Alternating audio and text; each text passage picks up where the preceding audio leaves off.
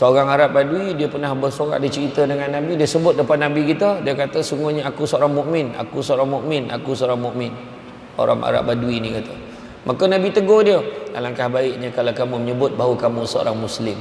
Sebab apa? Sebab Islam tu muslim, orang Islam boleh selesai dengan pengakuan.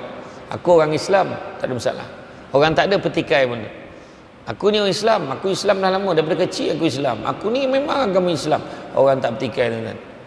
Tapi kalau berani tak siapa cakap, setakat ni alhamdulillah, akulah orang yang beriman dalam cendering ni. Cubalah cakap. Kalau beranilah cakap, kan? Bismillahirrahmanirrahim. Assalamualaikum warahmatullahi wabarakatuh. Alhamdulillahillazi arsala rasulahu bil huda wa dinil haqqi liyuzhirahu ala dini kulli walau karihal kafirun walau karihal musyrikun walau karihal muslimun. Subhanaka la ilma lana illa ma 'allamtana innaka antal alimul hakim. Rabbi shrah li sadri wa yassir li amri wahlul 'uqdatam min lisani yafqahu qawli. Alhamdulillah, syukur kepada Allah SWT. Terima kasih saya ucapkan kepada tuan pengerusi acara, tuan imam, barisan jawatan kuasa masjid, tuan-tuan dan puan-puan yang dirahmati Allah sekalian. Alhamdulillah, syukur kepada Allah SWT dapat kita bersama-sama pada malam ini di dalam majlis ilmu, yang mana tuan-tuan dan puan sekalian, kita masih lagi berada dalam suasana berjaga-jaga. Sebab apa ni, sekarang ni pun petang tadi pun dah diumumkan ada tambah lagi negeri-negeri PKP. Boleh kata hampir semua dah PKP. Elok lah tu, kan? Elok lah tu, kan? Sebab apa? Sebab kalau tidak sekarang, kalau tak buat PKP semua pun payah juga. Orang ni kan orang yang tak PKP sangat lah. Dia PKP B tu, mana-mana tak PKP sangat. Dia orang ada juga yang terlepas pergi ke kawasan tu, yang PKP tu pula lari ke kawasan PKP, tak apa-apa PKP sangat pun masalah. Jadi senang semua PKP. Habis cerita. Saya pula kebetulan berada di Terengganu ni awal lagi, sebelum daripada pengumuman PKPB tu semua. Sebab kebetulan ada penggambaran program My House, iaitu kita membaiki rumah-rumah asnaf. Sebelum daripada Terengganu ni saya di Pahang. Pahang pun tak masuk dalam kategori PKP yang gitu. Jadi mudah-mudahan kita jagalah tuan-tuan dan puan-puan sekalian. Kita doa banyak-banyak. Ini bukan masanya nak mempertikaikan, apa-apalah, tak sepatutnya. Kita bukan kita buat kerja tu, tuan-tuan. Dan orang yang dengar tahu kecewa je. Alah, lanjut pula. Aduh, hai ni pula. Kita kena fikir tu.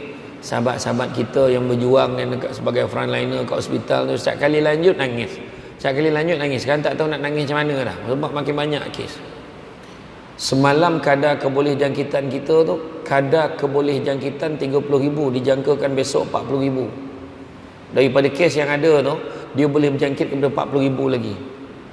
Tu sebab kita kena ambil tindakan perlu. Sebab benda ni masuk juga dalam perkara yang Islam ajar kita. Allah Ta'ala perintahkan kita, ati'ullah wa ati'ur rasul wa ulil amri minkum. Termasuklah taat pada Allah, Rasul ni juga kepada pemimpin-pemimpin di kalangan kita. Jadi pemimpin dah tentukan PKP lah, tuan-tuan. Tak payahlah banyak cerita, tuan-tuan, nak hujah-hujah lagi. Ni bukan masanya kita nak menyalahkan orang sana, menyalahkan orang sini. Kita jaga kita, makna jaga diri kita baik-baik, insya-Allah. Dalam masjid kita kawal. Sebab kita takut ni, bukan takut apa, takut tak lama lagi nak Ramadan tak terdaya, tuan-tuan, nak sembang tarawih kat rumah lagi, kan? Kan masing-masing kalau boleh nak tarawih di masjid juga, kan? Nak balik ke sijik, kan? Nak sembang tarawih kat masjid, kan? Dekat surau. Yang penting kita jaga.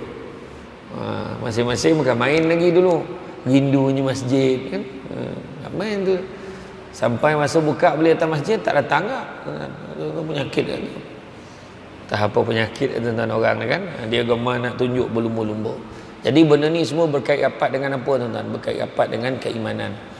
Seorang Arab Badui, dia pernah bersorak, dia cerita dengan Nabi, dia sebut depan Nabi kita, dia kata sungguhnya aku seorang mukmin, aku seorang mukmin, aku seorang mukmin. Orang Arab Badui ni kata. Maka Nabi tegur dia, alangkah baiknya kalau kamu menyebut bahawa kamu seorang Muslim. Sebab apa? Sebab Islam tu, Muslim, orang Islam boleh selesai dengan pengakuan, aku orang Islam, tak ada masalah. Orang tak ada petikai pun. Aku ni orang Islam, aku Islam dah lama, daripada kecil aku Islam, aku ni memang agama Islam. Orang tak petikai, tuan-tuan. Tapi kalau berani tak siapa cakap, setakat ni alhamdulillah, akulah orang yang beriman dalam cendering ni. Cubalah cakap. Kalau beranilah cakap, kan? Tak berani, walaupun kita rasa ada pun tak berani sebut, tuan-tuan. Tak berani sebut. Rasa macam banyak yang kurang, kan? Jadi hari ni kita nak cerita tentang iman. Bagaimana nak memelihara iman kita. Banyak orang menyangka bahawa dia seorang beriman, tapi bila diuji keimanan mereka oleh Allah menerusi solat, ibadah, kesusahan, penyakit dan sebagainya, ternyatanya mereka tidak memiliki iman sebenar-benarnya. Mereka menyangka mereka beriman kerana mereka beriman secara keturunan, bapanya Islam, maka dia pun Islam. Iman perlu diusahakan untuk memperolehinya. Islam memang Islam, tapi iman belum tahu lagi, kan? So sebabnya kalau mengucap dah. Solat jugalah, ada time dia solat, ada time dia tak solat, kan? Saya pergi ke Kemboja, tuan-tuan. Saya pergi ke Kemboja masa beberapa tahun, kan, yang Melayu Campa tu, kan, kaum Cam lah, Cam Melayu, kan, siapa pergi dia tahulah. Rupa-rupanya di Kemboja ni dia ada yang Cam 5, ada Cam 7. Melayu Cam tu ada Cam 5, ada Cam 7. Saya tanya, Cam 5 tu macam mana, Cam 7 tu macam mana? Cam 7 tu dia semayang 7 kali seminggu, mana sekali sehari je. Tu Cam 7 nama, tuan-tuan. Yang Cam 5 tu macam kita, dia semayang 5 kali sehari. Ada. Tuan-tuan fikirlah tu, tuan-tuan. Masa kita pergi Kemboja tu, tengok memang kesian. Dan alhamdulillah sumbangan seluruh dunia banyak bagi dekat Kemboja ni, termasuklah Malaysia. Dan terutamanya yang paling tak tahan, kata Mufti Kemboja tu, Datuk Haji Kamarudin. Dia kata apa? Dia paling tak tahan, banyak betul sumbangan orang bagi masjid dengan surau. Berebut masjid dengan surau. Nampak? Tapi sudahnya dia kata tak nak lagi dah, tak nak. Jadi kalau nak bagi sumbangan, tuan-tuan, siapa yang pergi sana, tanya dulu Mufti apa keperluan dia. Kalau keperluan dia tentu nak buat tempat duduk, sekolah ni nak repair, bagi tahu. Sebab sumbangan kadang-kadang bila terlampau banyak masjid, dah orang pula tak ada. Tu masalah dia. Dulu gaji Mufti negara Kemboja, Mufti negara bukan Mufti negeri, ya. Mufti negara Kemboja RM500 sebulan. Tuan-tuan fikirlah, nak jaga satu Kemboja. Tuan-tuan bandinglah dengan Mufti negeri dalam Malaysia. Siap driver, siap office, siap apa, kan? Alhamdulillah. Sebab cara kita jaga agama ni lain. Tetapi baru-baru ni naik, alhamdulillah. Sebab presiden di Kemboja dah mula nampak orang Islam banyak bagi undi menangkan dia. Jadi kampung-kampung ni dah mula naik. Guru-guru agama dah mula dapat allowance tinggi sikit lah. Taklah setinggi mana lah, tapi tinggi lah dia naikkan. Jadi banyak lah. Tadi nak ceritakan macam-macam jenis orang, kan? Dari segi Islam mungkin Islam, tapi iman belum tahu. Kita kena usaha untuk mendapatkannya. Iman merupakan kurniaan Allah kepada hamba-hambanya yang terpilih, dan ia merupakan nikmat paling besar dan tidak ada tolak bandingnya, serta tidak dapat dinilai dengan harta seisi dunia. Itu sebabnya kalau kita tengok, tuan-tuan, cara mendapatkan iman ni bila dapat kepercayaan ni dalam masuk Islam. Sebab siapa yang Islam daripada kecil lain, kan, lain. Tapi kalau orang tu dah besar tu, tengok, dah dewasa baru dia dapat Islam, lain. Saya ceramah dia bukan ceramah, saya pergi umrah pada tahun, saya tak ingatlah, saya ingatkan masa tu saya pergi kali ketiga. Kali ketiga saya terserempak dengan dua beradik Cina mu'alaf. Dia baru masuk Islam.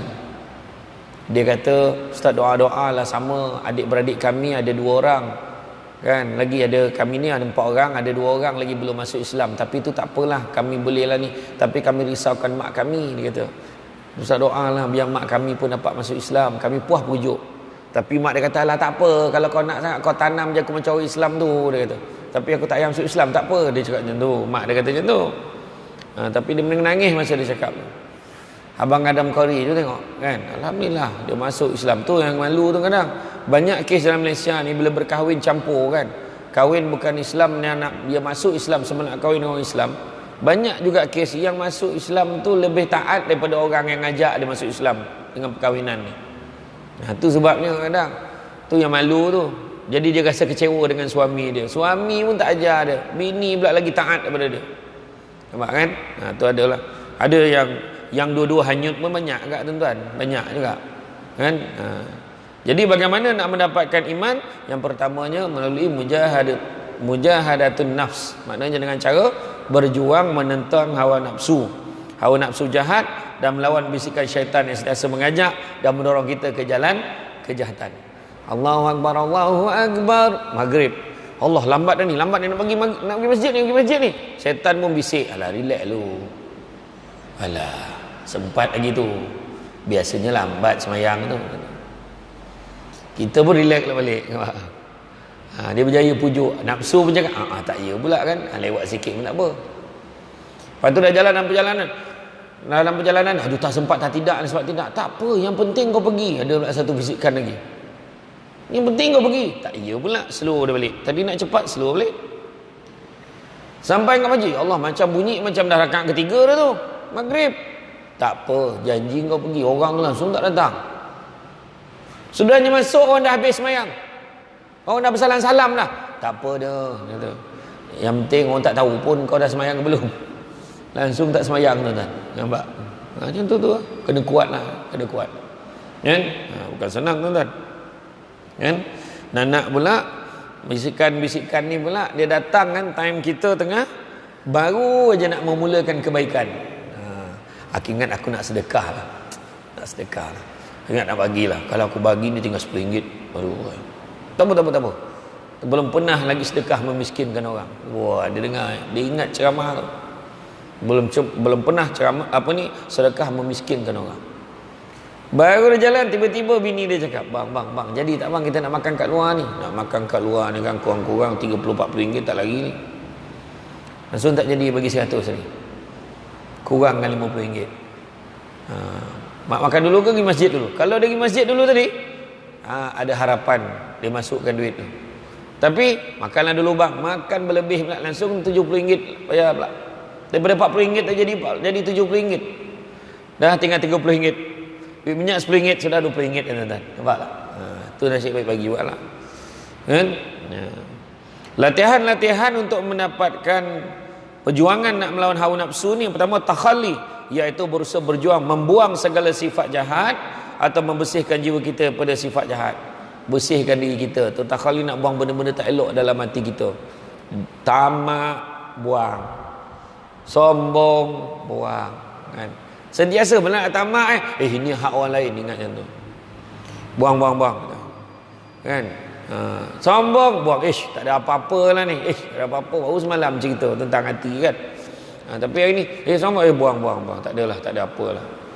Dia baru jadi imam. Allahu Akbar. Bismillahirrahmanirrahim. Alhamdulillahi Rabbil Alamin. Ar-Rahmanirrahim. Maliki yaumiddin. Iyyaka na'budu wa iyyaka nasta'in.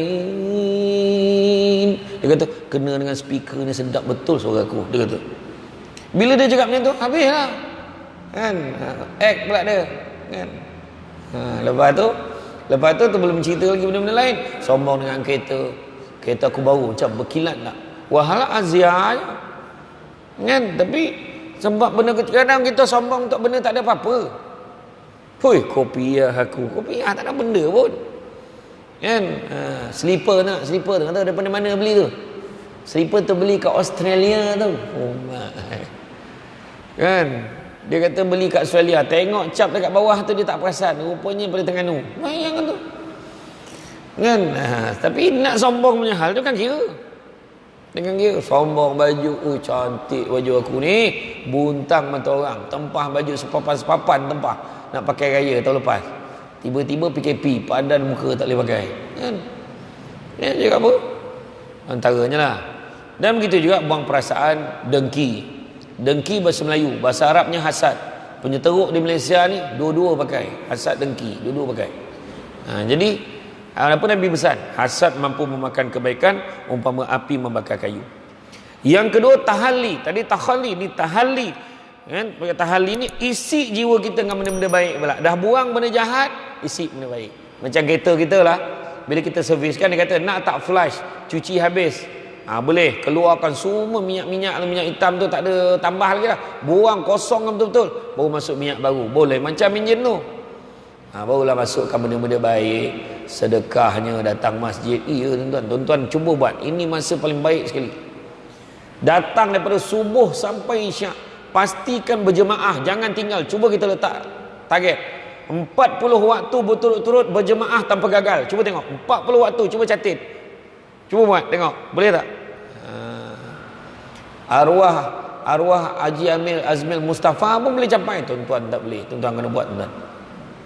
Tengok macam mana pun nak berjemaah juga. Alamak dah tak sempat ni, panggil anak-anak, mari kita jemaah kat rumah, kita berjemaah. Janji mesti cukup 40. Boleh nak buat? Cuba lah kan. Masa itulah ujian datang. Ujian datang. Alah abang, tak apalah, janji semalam, janji cepat sudahlah, nak berjemaah pula. Tu ujian dia.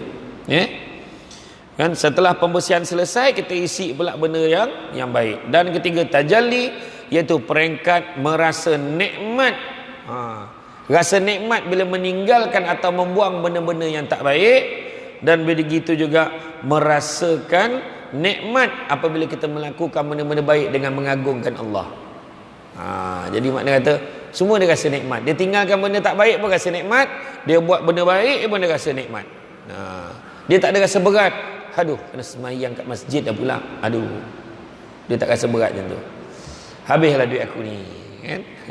Saya dulu waktu keluarga saya cakap dengan mak saya, waktu saya pergi umrah dulu, kali kedua pergi dengan mak saya, pergi dengan adik saya. Masa tu saya cakap dengan mak saya waktu lepas makan tengah hari tu, mak ingat nak bawa lah keluarga kita yang susah-susah tu, nak bawa pergi umrah lah, nak belanja dia orang yang susah tu.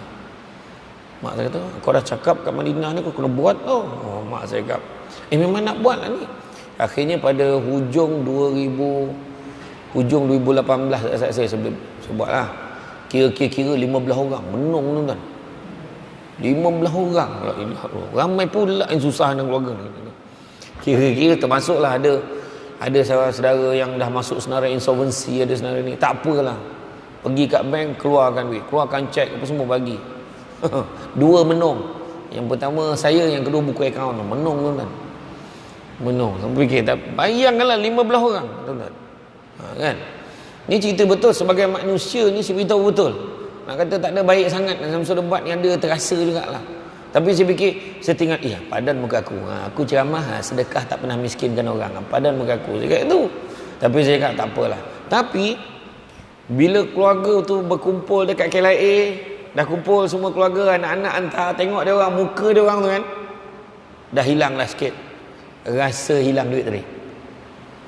Tapi bila sampai di tanah suci, dia orang menangis, tengok air mata dekat muka dia orang semua menangis ni, langsung tak rasa apa tuan-tuan dan muslim. Langsung tak ada apa. Hilang rasa duit, tak ada tadi. Tak ada rasa apa. Alhamdulillah tuan. Tapi bila sampai balik kat Malaysia, dalam 2-3 bulan lepas tu Allah ganti balik duit saya. Masa tu tak adalah dalam hati cakap mujur balik modal, tak adalah. Tapi masa tu saya sebut, siapa lagi lah yang aku nak tolong lepas ni, tolong jangan angkat tangan.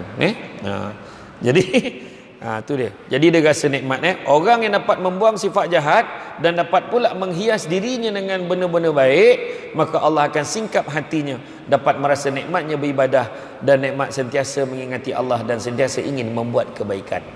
Itu dia. Dia menangis, dia ingat dosa-dosa dia dulu. Banyak je dosa aku. Aduh, kata kan, dia ingat. Kan, dia rasa apalah benda-benda baik aku nak buat lagi ni. Bulan puasa ni dia dah berazam ni, dia dah simpan, dah asing duit siap-siap dah.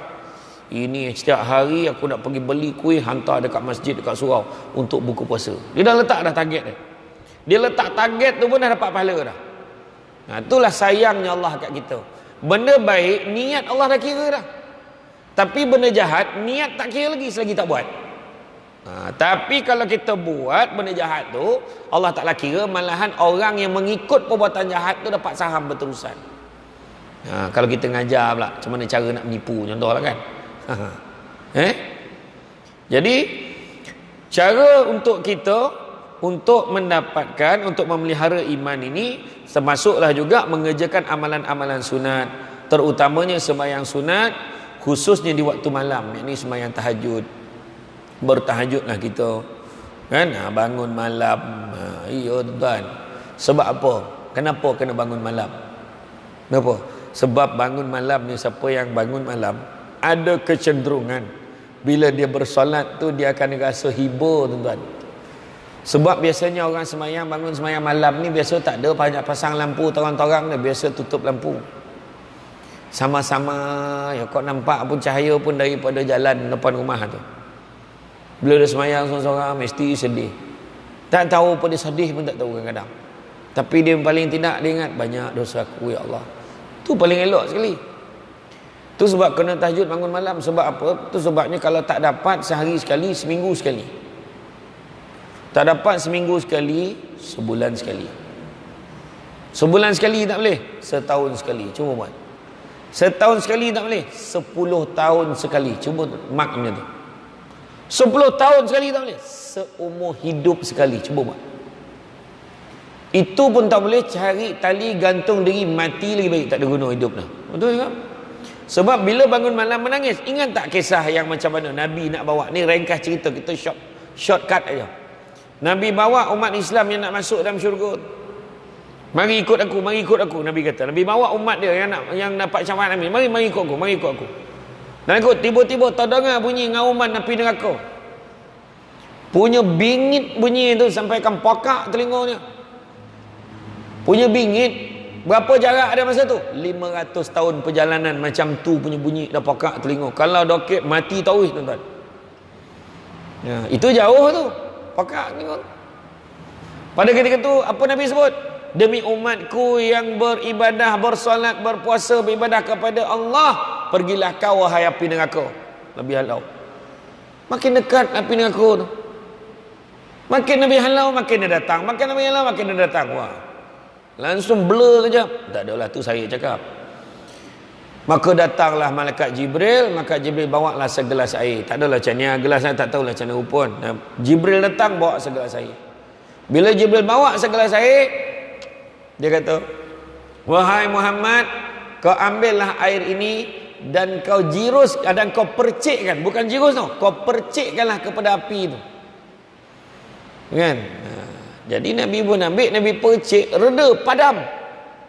Lalu Nabi tanya, wahai Jibril, air apa yang kau bagi kat aku tu?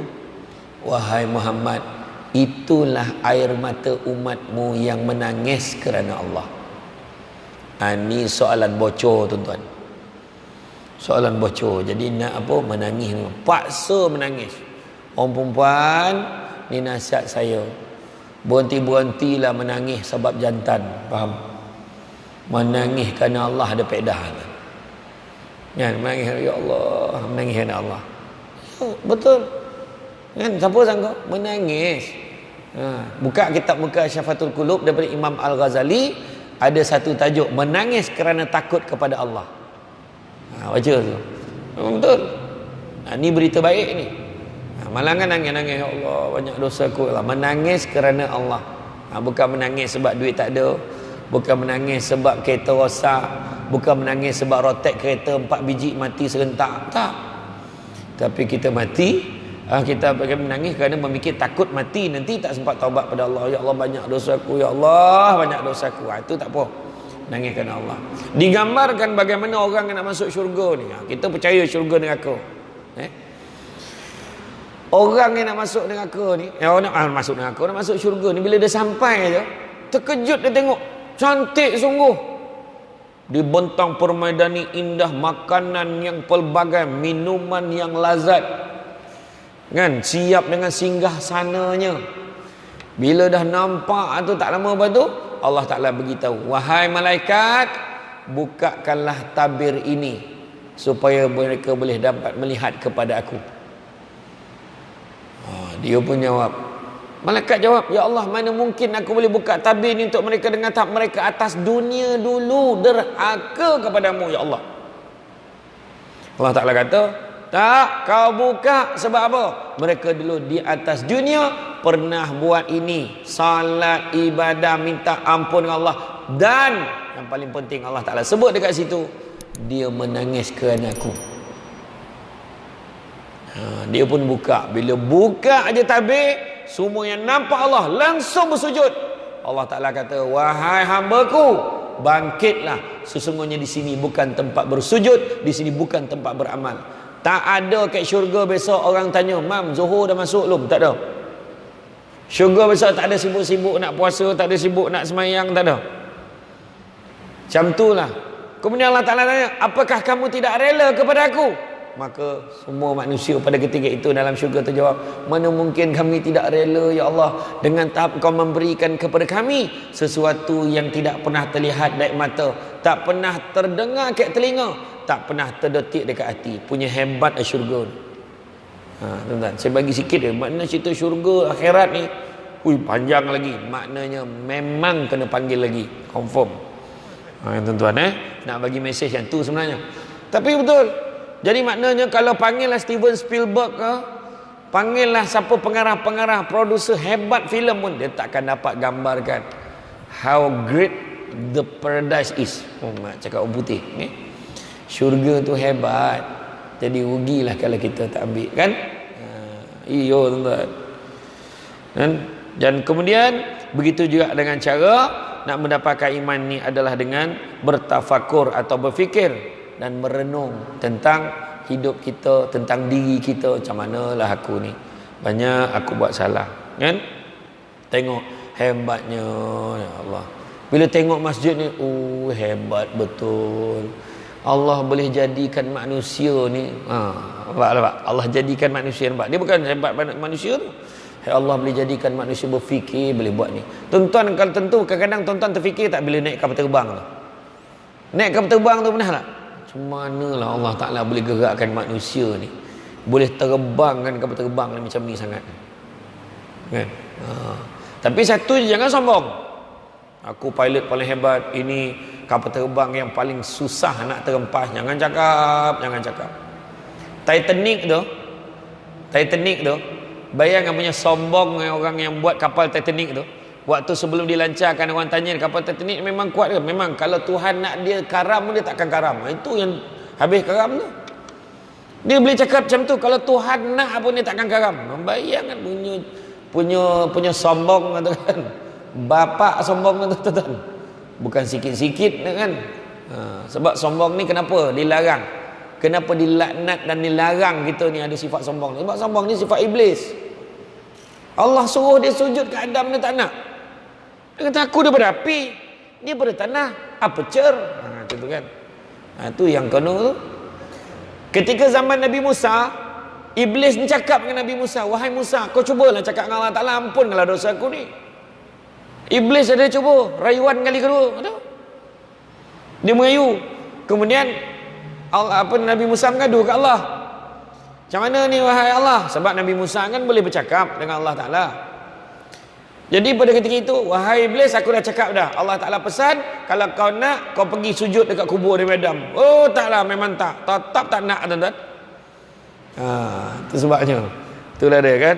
Dan betul Nabi pesan, sesungguhnya syaitan dan iblis tidak pernah mungkin berputus asa untuk menyesatkan kamu dalam perkara-perkara yang besar, tapi tidak pernah berputus asa untuk menyesatkan kamu dalam perkara-perkara yang kecil. Dia lambat-lambatkan kita semayang, dia lekakan kita tengok TV kan saja. Ya tengah nak semayang, time tu lah keluar drama yang top tu, contohlah kan.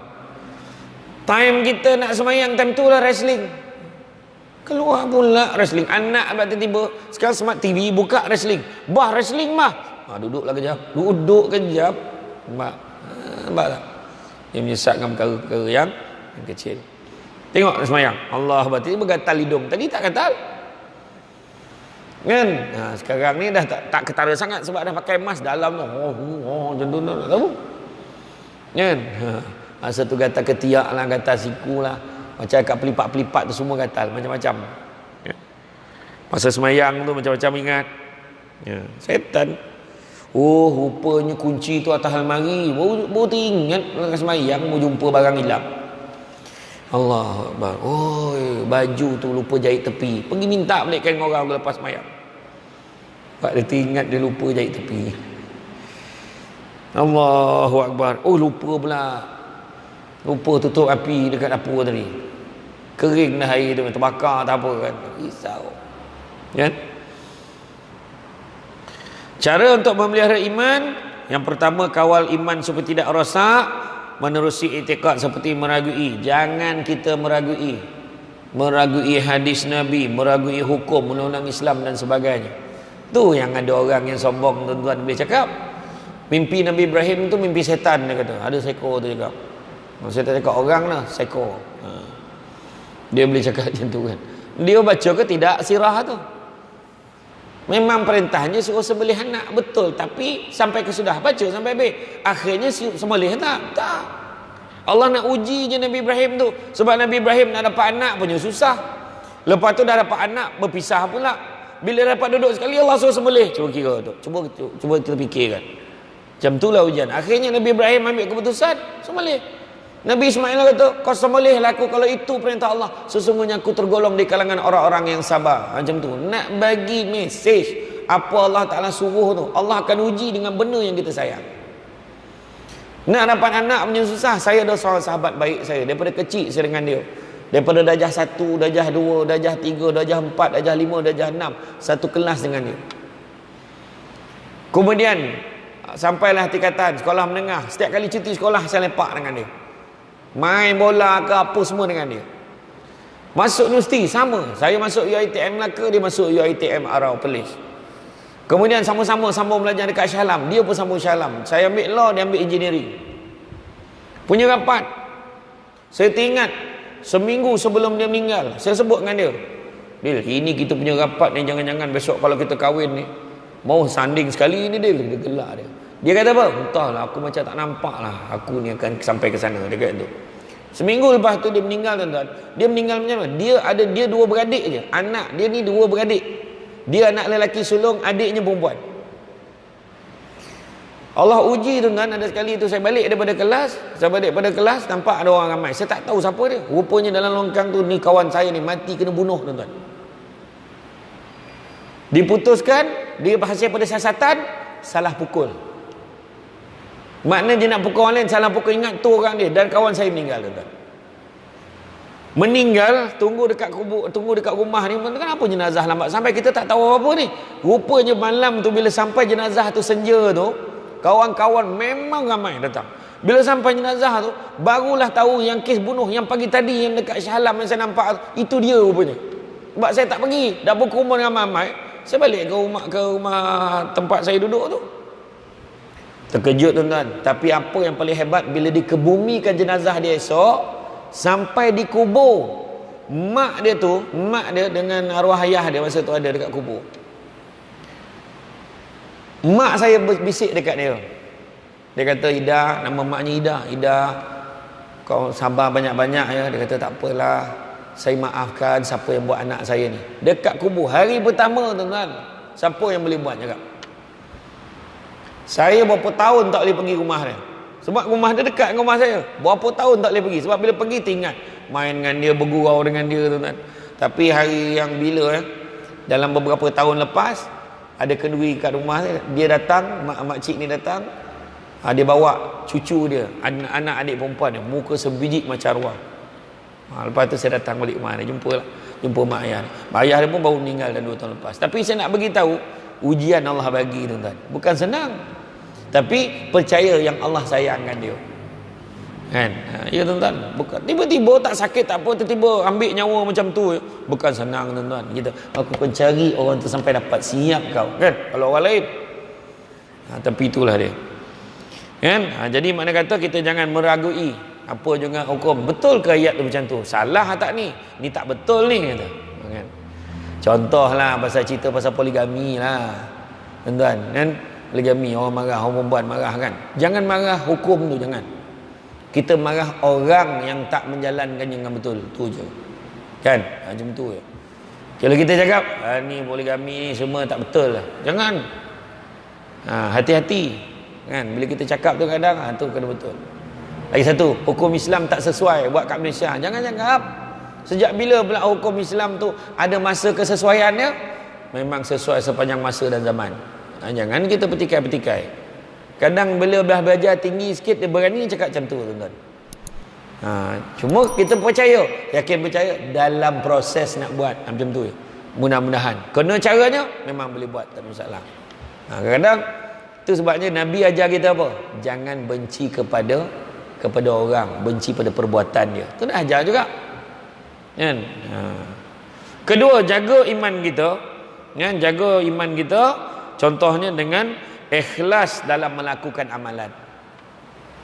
Semayang niat kerana Allah, lillahi ta'ala, hujung kan. Cuba kita tengok, kita tanpa sedar hari-hari kita dah baca dah benda tu, tapi kadang-kadang tak sama dengan apa dalam hati kita. Contoh nak minum, automatik bismillah, automatik. Ada orang sampai start motor pun bismillahirrahmanirrahim. Kalau dia letak dalam hati dia dengan nama Allah, dia dah sebut dah tu, dengan nama Allah, dengan nama Allah, makan dengan nama Allah, minum dengan nama Allah. Sebab apa? Dia yakin Allah nak bagi kelebihan ni, Allah yang bagi. Itu dia. Sahaja aku semayang subuh 2 rakaat sebab mak mentua aku dekat rumah. Ada. Sebab mak mentua dekat rumah semayang. Kalau tidak memang tak, contoh kan. Jadi apa dapat tuan-tuan? Aku datang, kau datang masjid tiba-tiba datang ni, YB datang. Nampak? Siap mengaku waktu dia datang sebab YB datang. Sebab dia nak jumpa YB ada hal. Kan? Itu semua tu nak kena jaga. Kemudian menjauhi amalan-amalan yang boleh membatalkan iman. Sebagaimana sabda Rasulullah SAW daripada Sufyan bin Abdullah radhiyallahu anhu berkata, aku telah bertanya kepada Rasulullah SAW, wahai Rasulullah, ajarkanlah aku mengenai satu ajaran agama Islam, tidak perlu lagi aku bertanya orang lain mengenainya. Maka Rasulullah SAW bersabda, katakanlah sesungguhnya aku beriman kepada Allah, kemudian teruskanlah dan sempurnakan kepercayaanmu hingga ke akhir hayat. Hadis riwayat Muslim. Maknanya jangan kita rosakkan dengan perkara-perkara yang boleh membatalkan iman sampai akhir hayat. Jangan ambil gambar bertiga, nanti tengah mati. Kau tak boleh kahwin, langkah bendul, kata. Mesti kakak dulu, kalau tak kena bayar dulu kakak tu, kalau tidak tak boleh kahwin. Macam tu. Kan? Tergantuk kepala, hantuk sekali lagi dia kata. Kalau tidak mak mati dia kata. Apa kena mengena kau tergantuk mak kau yang mati? Kan? Macam-macam lah. Orang dulu kan macam-macam pantang larang, jangan lalu bawa hampaian, macam-macam. Kan? Dengar bunyi burung cengkuik tu, ada orang nak mati. La Allah, togah dek burung mati kan. Macam-macam lah orang dulu kan. Tolonglah mam, tolonglah imam. Dia datang jumpa imam. Imam tanya, apa hal lah ni? Tolong mam, bini saya udah 3 hari sakit nak beranak tapi tak beranak-beranak imam. Perut dah timbul urat dah imam tapi tak keluar kat budaknya. Imam tolonglah tawarkan air ni. Imam pun tengok, air ni memang dah tawar, kau nak tawar apa lagi ni kata. Imam bacalah apa yang patut nak baca. Apa? Imam baca selawat 3 kali, baca Fatihah, baca ayat kursi. Dia pula ajar imam tu baca apa. Imam pun dia tak ya, yalah ngikut yang cakap dia tu. Imam pun baca auzubillahi minasyaitonirrajim, bismillahirrahmanirrahim. Tak tahu kenapa bila berbisik Allahumma salli Allahumma salli ala sayyidina. Bismillahirrahmanirrahim. Tak tahu, memang mengubat, tak ada yang kuat-kuat saya nampak, tak ada. Allahumma salli ala sayyidina Muhammad, tak ada. Semua Allahumma salli ala sayyidina. Bismillahirrahmanirrahim. Dah habis tu dia tiup. Cepat dia tutup, dia takut terkeluar selawat tu. Kan? Kau bagi bini kau ni, suruh bini kau selawat 3 kali, insya-Allah dia kata. Mudah-mudahan. Bang sakit bang. Nah abang dah bagi dah, imam dah tawarkan air ni. Kau selawat 3 kali, imam pesan selawat 3 kali. Dia selawat 3 kali, dia minum air tu, beranak. Besok tu beratur panjang depan mah imam, semua bawa botol. Sebab apa? Dia yakin kat manusia tuan-tuan. Berlaku tak benda tu? Berlaku tuan-tuan. Berlaku. Yang paling dahsyat sekali adalah orang berniaga. Doa untuk ni berapa ribu, doa macam ni berapa ratus, doa macam ni berapa. Dahsyat tak tuan-tuan? Kalau dibiarkan tu tuan-tuan, silap-silap doa makan pun kena bayar. Baca doa makan, bayarlah. Bayar. Tak marah tuan-tuan. Kan? Iyo tuan-tuan. Macam-macam sekarang ni. Jadi mana kata buanglah percayaan-percayaan dan juga perkara yang boleh menyekutukan Allah ni jangan buat. Lepas tu dia menukar-nukar pula. Dia kata, oh khalwat itu hak individu. Gila betul tuan-tuan. Kan ada kan? Orang Melayu yang lahir salah hari bulan tu. Kan? Dia bukan orang Islam tu, orang Melayu. Dia cakap apa? Khalwat itu hak individu. Saya jawab lah, memang betul khalwat tu hak individu kalau kau duduk seko-seko. Boleh. Tapi kalau kau berkhalwat dengan ada seorang lagi yang bukan murim, itu bukan hak kau. Tu cakap dia. Kan? Dia orang debat ni ada jawapan dia. Macam tu lah jawapan dia.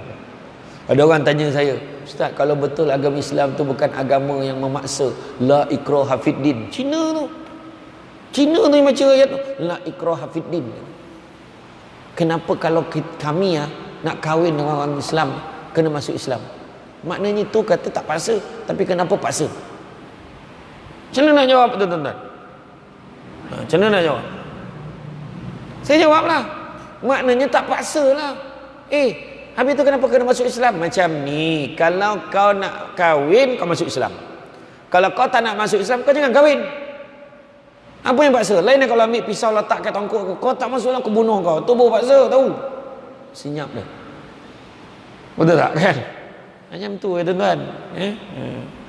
Macam-macam tanya tuan-tuan. Dia orang ni polik-polik tanya. Kalau betul lah pakai menutup aurat tu wajib, pakai tudung tu wajib, kenapa tak masuk dalam rukun Islam tu? Dia pula nak menentukan masuk rukun Islam ke tidak, tuan-tuan. Orang bila dah terlampau cerdik, tuan-tuan, semua dikaji tu, dan benda tak patut kaji, buat ajalah. Yang tanya soalan tu ada satu artis tu lah, tanya kat Abang Samsul Rarau. Abang Samsul Rarau tanya saya. Saya cakap, Abang Samsul, bang jawab macam ni ya bang. Nak baca rukun Islam ni, baca agak rukun iman. Macam mana lah? Saya tanya, percaya tak pada Allah? Percaya. Percaya tak pada kitab? Percaya. Percaya pada Rasul? Percaya. Rakyat cerita, belum cerita percaya yang lain lagi. Kalau percaya pada Allah, ikutlah apa Allah Ta'ala suruh. Kau tanya-tanya lagi buat apa? Percaya pada Rasul tak? Jadi apa yang Rasul cakap tu ikut je lah. Tanya-tanya banyak tuan. Semua nak tanya. Kan? Macam-macam lah kan tuan. Hari ni. Malam nisfu Syaban. Baca apa? Baca Yasin 3 kali neraka. La ilaha illallah, payah betul tuan-tuan. Marah tuan-tuan. Malam nisfu Syaban Nabi pesan hidupkan dengan amalan. Kalau tuan-tuan dan perempuan sekalian nak baca satu Quran lagi bagus. Nak baca Yasin saja boleh. Nak baca Baqarah ya boleh. Kenapa kita pilih baca Yasin? Sebab Yasin tu hati Quran. Kita nak baca 3 kali dengan doa-doa tu bacalah. Cuma jangan kita mewajibkan. Itu saja. Mesti baca 3 kali.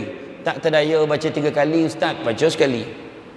Tak terdaya sekali, Yasin sadaqallah lazim dah. Berhentilah jadi orang, tak ada guna tuan-tuan. Pemalih tuan-tuan. Kan? Tak, kadang banyak benda dipertikaikan. Pergi kubur pagi raya. Ikut Yahudi tu. La ilaha illallah tuan-tuan. Dahlah dia orang Terengganu kahwin orang Negeri Sembilan. Itulah peluang balik kampung. Nak pergi kubur tak boleh. Pergi je lah. Cuma jangan mewajibkan. Nak pergi kubur mesti pagi raya kedua. Tak ada benda tu. Kita tak ikut Yahudi pun tuan-tuan. Yahudi pergi kubur, dia meratap-ratap kat kubur tu. Meraung-raung. Bangunlah kau bang. Bangunlah bang. Bangun betul-betul mati kau. Kan? Pergilah kubur. Tak ada masalah. Ziarah kubur. Masalah. Ziarah kubur ni baik satu benda apa? Nak buang sifat sombong. Ya.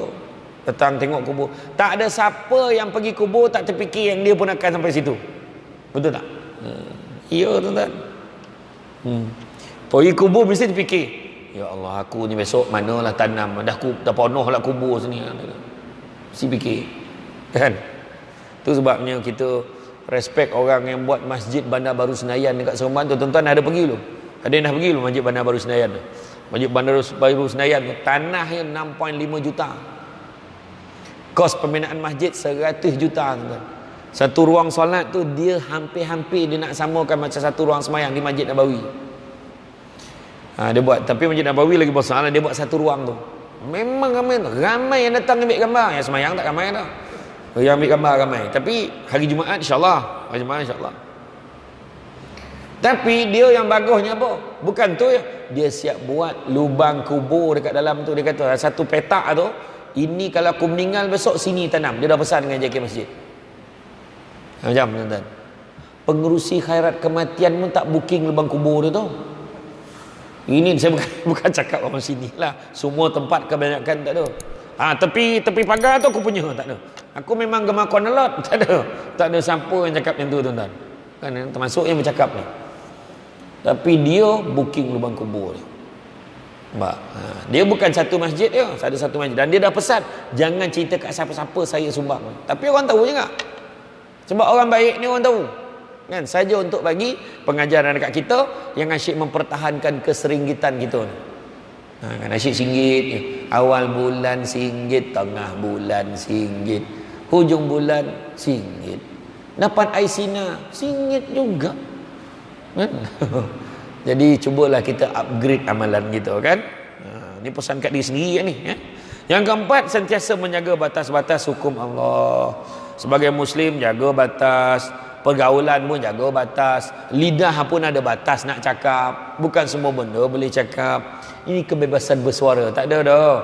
Bebas bersuara tapi tetap kena jaga hati orang. Kita ada mulut, orang pun ada mulut. Orang ada aib, kita pun ada aib. Kalau kita boleh buka pasal orang, orang pun boleh buka pasal kita. Dulu hadis Nabi sebut apa?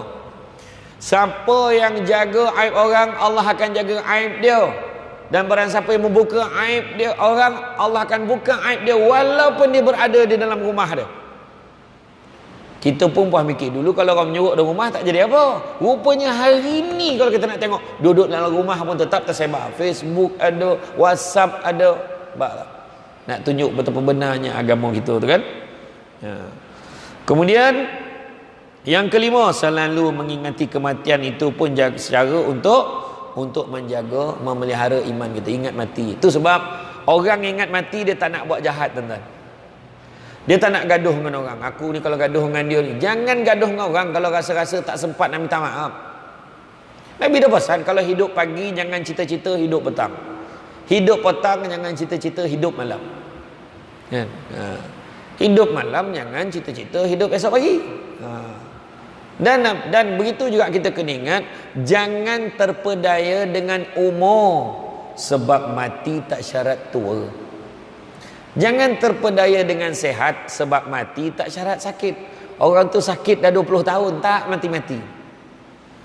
Dia duduk gelak-gelak, relax, sehat, makan selera malam ni, tidur malam tak bangun-bangun tuan-tuan. Mati dah. Dah mula keluar teori. Patutlah semalam masa ceramah tu aku tengok dia macam tak fokus, nak mati punya. Jangan macam tu. Tuan-tuan jangan pandai-pandai keluar teori sendiri tuan-tuan. Kan ada je kan. Jadi makna kata kita ingat mati. Ingat mati ni kita tak adalah. Kita ni bila-bila boleh mati. Bila-bila boleh mati. Ada orang, dan mati ni pula bukan macam sebab yang kita fikir tuan-tuan. Ni kita pergi hospital, tengok orang tu.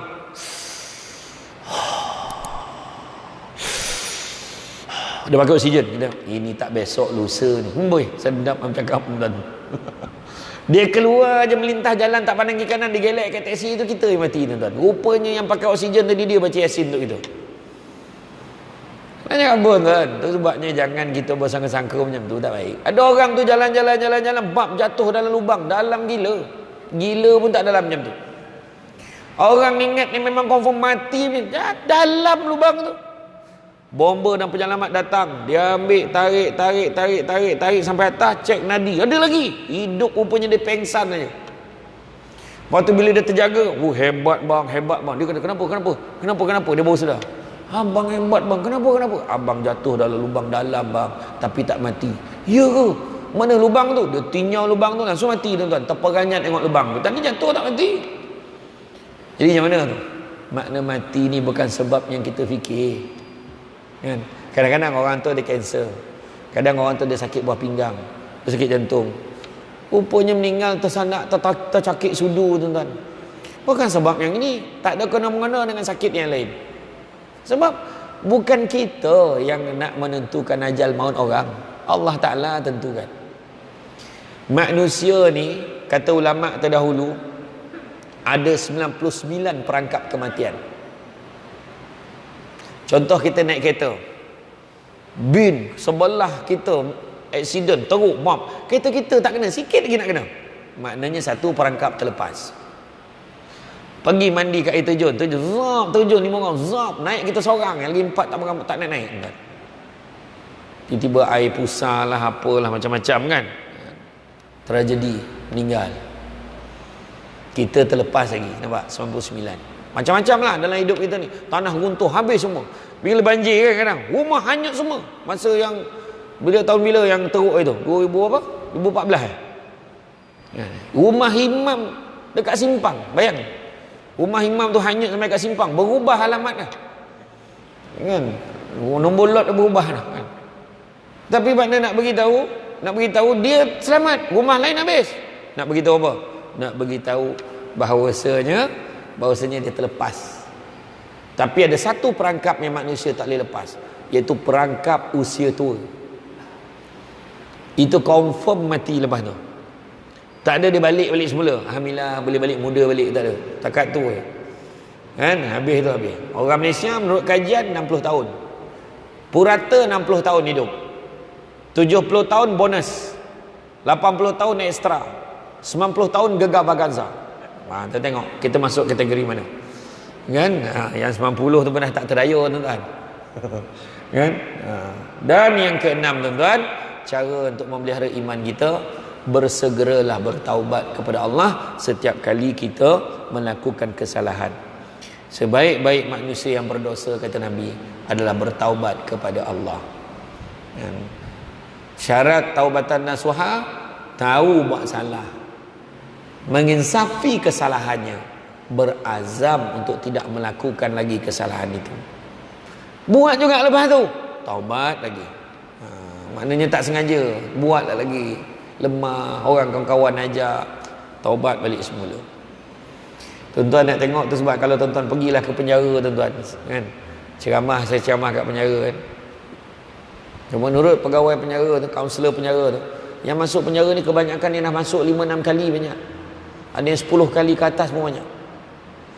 Kadang-kadang salah satu sebabnya adalah dia tak tahan ujian kat luar. Kawan-kawan dia datang balik. Kawan-kawan yang baik ni tak nak kawan dengan dia. Lepas tu kawan-kawan jahat, itulah kau kawan dengan kita orang tak? Dia kata kan. Dia nak jadi baik, tu halangan dia. Tu sebabnya sentiasalah berusaha bagi peluang kat orang. Yang banyak kali masuk tu, siap sound pegawai penjara tu, hai, sarjan lagi, dia kata. Memang kena hempuk dengan pegawai penjara tu, tuan-tuan. Dia pula, takkan sarjan lagi, dia kata. Dia macam tu lah, tuan-tuan. Jadi rasa cukup sakat tu, tuan-tuan dan puan-puan sekalian.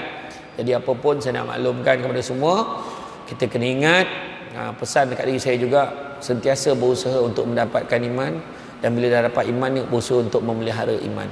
Abang Adam Kori tu daripada tahun berapa masuk Islam, baru lagi dalam 8 ke 10 tahun, alhamdulillah, sampailah ke hari ni dia telah berjaya mengislamkan 17 orang lagi sahabat-sahabat dia. Sebab macam itulah fokusnya dia kepada Islam yang baru dianutinya tu, dia jaga elok-elok. Dia bersyukur dengan apa? Allah uji dia, waktu dia kahwin dia susah nak dapat anak, berapa tahun baru dia dapat anak, alhamdulillah akhirnya dia dapat anak. Tuan-tuan, sedikit makluman saya nak maklumkan juga sebelum saya mengakhiri